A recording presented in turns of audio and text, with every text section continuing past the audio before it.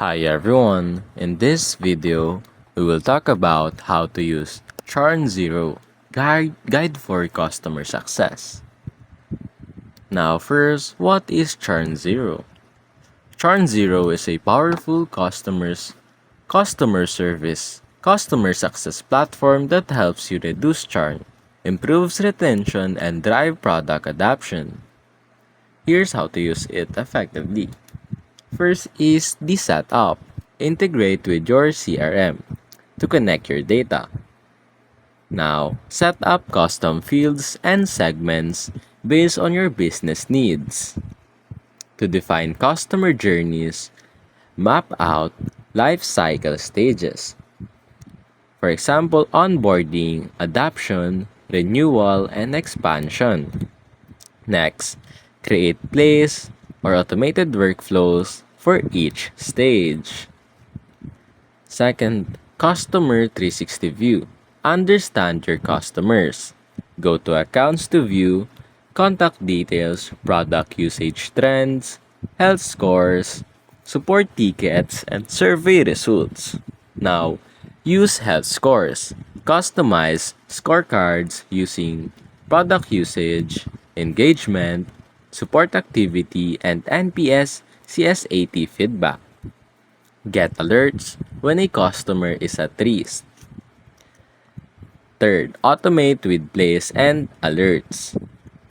Plays is the workflows. Create automated process triggered by specific events like low usage or miss onboarding milestones. For example, send an email when usage drops to 50%. Another example is assign a task to CSM when renewal is 90 days away. Now on alerts. Real-time alerts for key events like churn risk, negative survey responses, or onboarding delays. Now, the daily workflows for CSMS. First, check the dashboard to review key metrics, to-dos, and alerts. Engage customers to use templates to send targeted emails or schedule calls. Update notes and tasks to track all interactions in the customer timeline.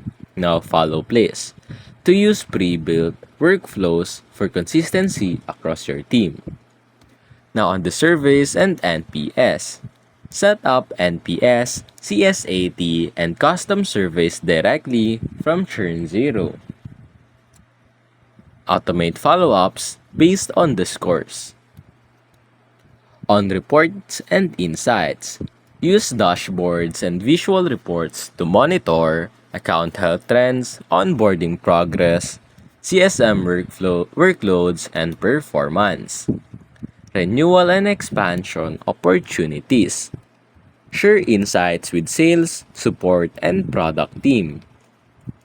Now, for the best practices. First, review health scores monthly and refine your metrics.